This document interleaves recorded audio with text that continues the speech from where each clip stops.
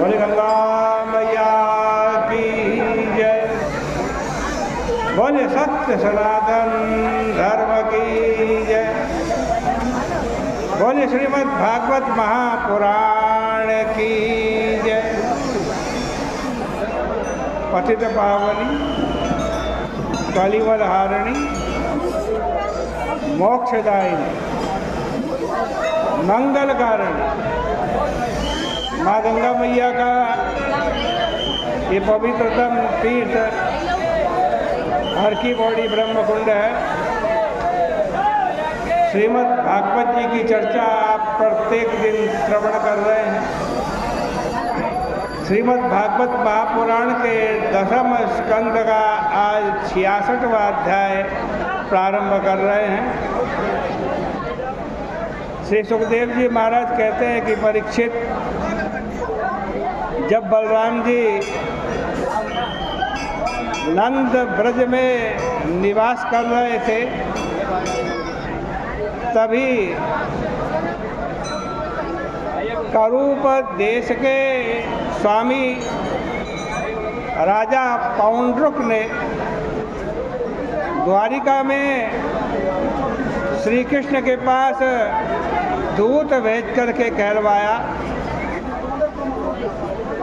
कि असली कृष्ण तो मैं हूँ, तुम नकली कृष्ण हो। बात यह है कि जी हजूरों, चापलूसों, चाटुकारों ने उसको बढ़ा चढ़ा दिया था, इसलिए वो अपने आप को श्री कृष्ण समझने लगा था।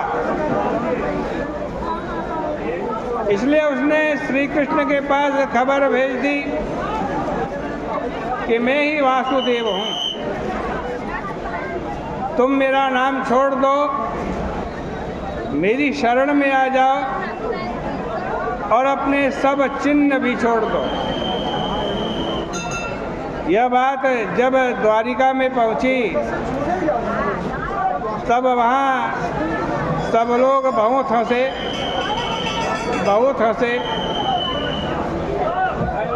श्री कृष्ण ने पौंड्रुक के दूत से कहा,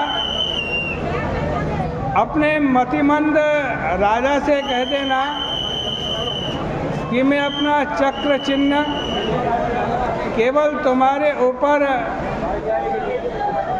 ही नहीं छोड़ूंगा, बल्कि तुम्हारे साथियों पर भी छोड़ूंगा,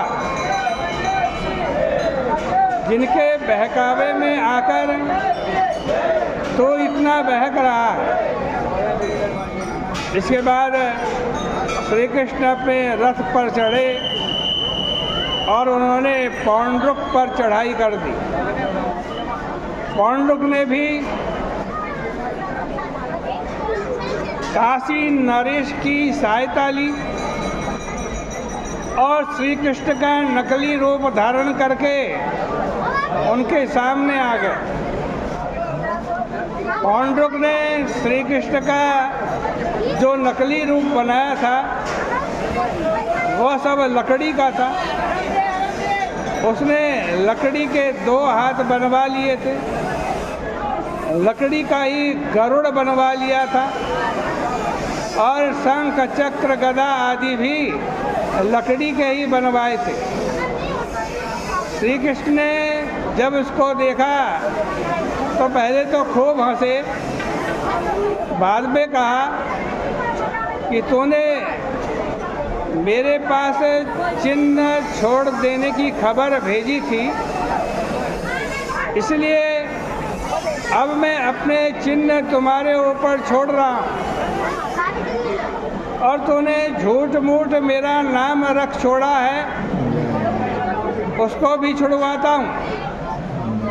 यह कहकर श्री कृष्ण ने अपने चक्र से पौंड्रुक का सिर काट दिया और उसके पक्षपाती साथी काशी नरेश का भी सिर काटकर काशीपुर में फेंक दिया और उसके बाद भगवान द्वारिका में लौट आए। यहाँ यह बात बताई गई है कि कोई काम से, क्रोध से, मोह से, लोभ से किसी भी भाव से भगवान को याद करे तो उसका कल्याण हो जाता है। पौंड्रुक ने इस दंभ से कि मैं भगवान हूँ तन्मय होकर श्री कृष्ण का स्मरण किया। जो लोग दोष दुर्गुणों को स्वीकार करके काम, क्रोध, लोभ, मोह, दंभ से भगवान का भजन करते हैं, उनको जिंदगी भर तो हृदय में जलन रहती है, लेकिन मरने के बाद मुक्त हो जाते। अब जब काशी में राजमहल के द्वार पर लोगों ने अपने नरेश का कटा हुआ सिर देखा तो वे हाय हाय करने लगे। काशीराज के पुत्र ने अभिचार करवाया, जिससे कृत्या राक्षसी उत्पन्न हुई। वो द्वारिका को जलाने के लिए गई। द्वारिकावासी उससे डर गए, जलने लगे। यह देखकर भगवान श्री कृष्ण ने कृत्या पर अपना चक्र फेंका। चक्र ने कृत्या का पीछा किया और कृत्या ने भागकर काशी को ही जला दिया। उसके बाद भगवान का चक्र भगवान के पास द्वारिका लौट गया। इस प्रकार भगवान श्री कृष्ण की अनेक लीलाएं हैं। और यहीं पर श्रीमद् भागवत महापुराण के 10वें स्कंद का 66वां अध्याय भी परिपूर्ण होता है। बोले कृष्ण कन्हैया लाल की जय।